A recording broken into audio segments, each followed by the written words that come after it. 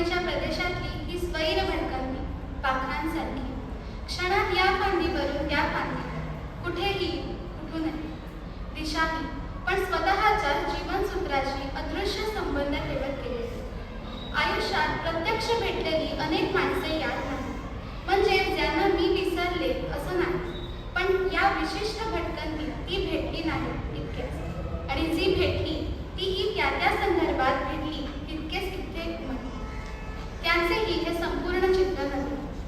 पाण्यात उतरले की जमिनीवर यावे वाटण्याचे आणि जमिनीवर रोवलेल्या पावलांनी पाण्याची ओढ लागण्याचे प्रसंग आयुष्यात सतत येतच असतात.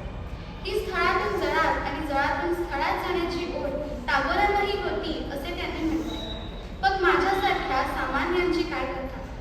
प्रत्येकाने स्वतःच्या शालेय जीवनात आपण पुढे कोण होणार यावर एकतरी निबंध लिहिलेला असणारच.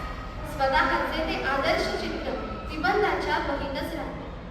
पुढे कधीतरी प्रौढ वयात आपल्यातले ते नारिस्ते फूल दरवळायला लागले की कालप्रवाहाच्या सतत हलणाऱ्या पाण्यात दिसणारे स्वतःचे प्रत्यक्ष प्रतिबिंब आणि ते वहीतले चित्र याचे काहीतरी नाते जाणवते का?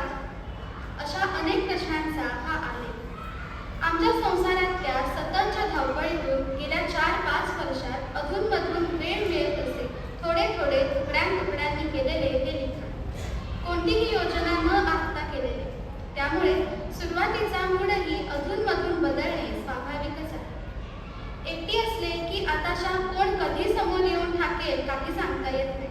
कधी बोरकरांनी पाठवलेले गडद निळे जलद भरभरून येतात आणि आकाश धुवून स्वच्छ करतात.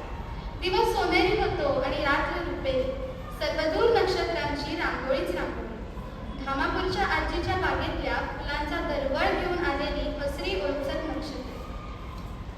पळसखेडच्या दिशेने पक्ष्यांचे लक्ष थवे येतात आणि त्यातलं एखादं बेल्हाळ पाखरू गात गात माझ्या झाडावर उतरतं. चोबूकडून नातवंड येऊन विलपतात आणि गोष्ट सांग म्हणून चिमचिवाट करतात. हे सगळं किती लोभसवाणं आहे. मग माझ्याच पापण्यात पुन्हा पुन्हा हे असं दुःख का जमा होतंय?